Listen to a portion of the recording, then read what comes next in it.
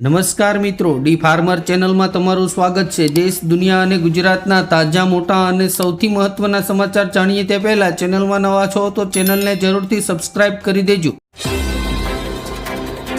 હોર્મુઝ સંકટ વચ્ચે ભારતીય જહાજોને મળશે સરકારી વીમો, દરિયાઈ વેપાર સુરક્ષિત કરવા માસ્ટર પ્લાન તૈયાર। ગુજરાત પોલીસની સાયબર માફિયાઓ પર સર્જિકલ સ્ટ્રાઇક, વડોદરાથી 210 કરોડનું કૌભાંડ ઝડપાયું।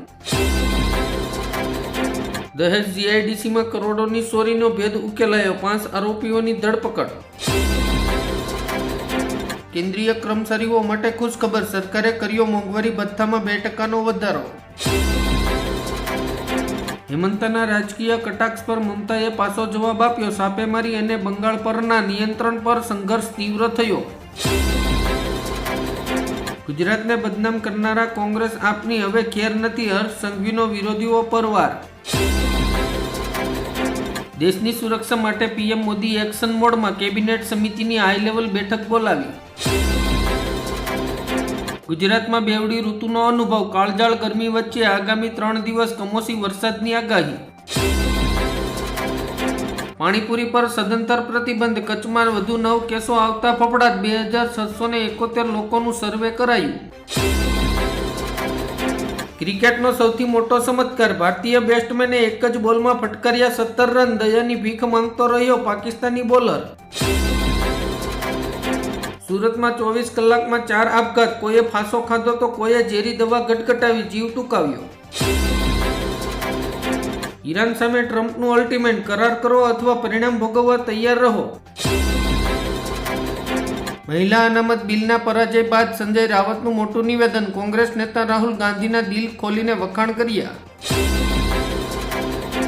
દેશવાસીઓની ચિંતા ટળી, હોર્મુઝ સ્ટ્રેટ ખુલતા જ 41 જહાજો ભારત તરફ આવવા રવાના થયા।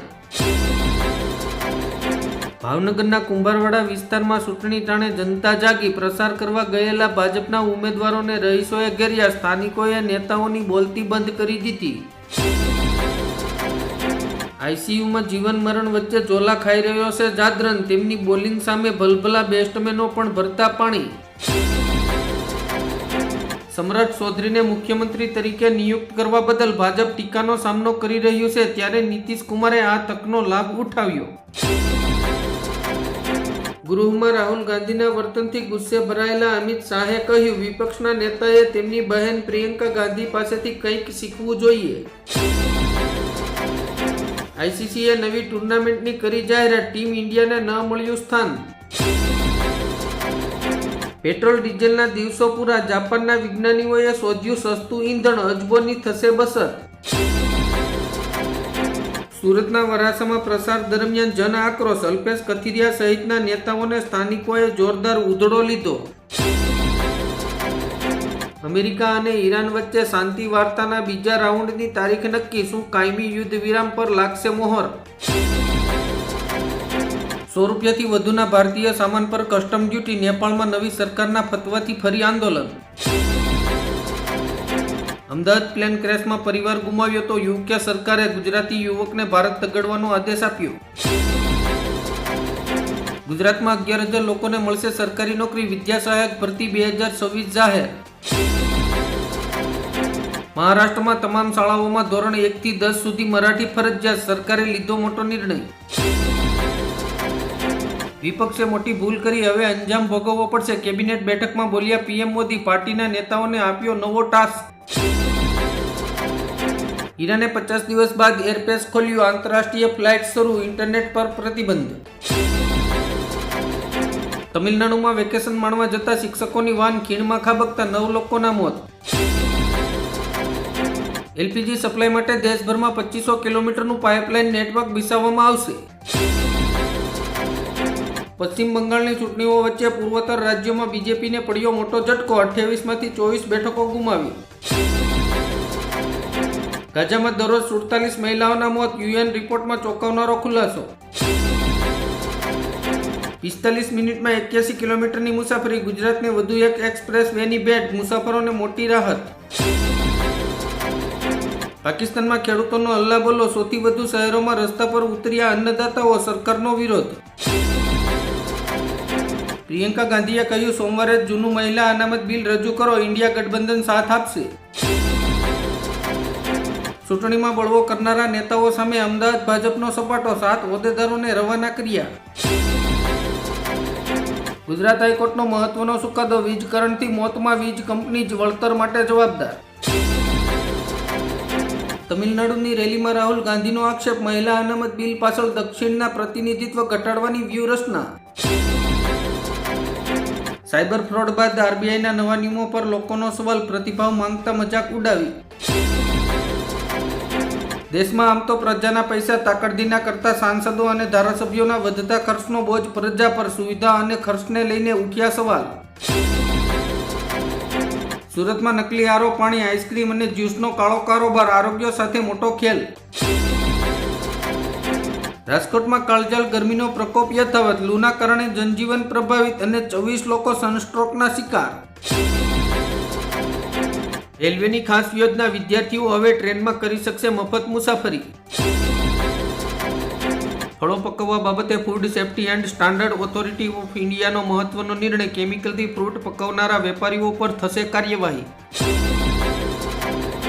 સાયક્લોન સર્ક્યુલેશન સક્રિય, 19 થી 21 એપ્રિલ દરમિયાન ગુજરાતના વાતાવરણમાં આવશે પલટો.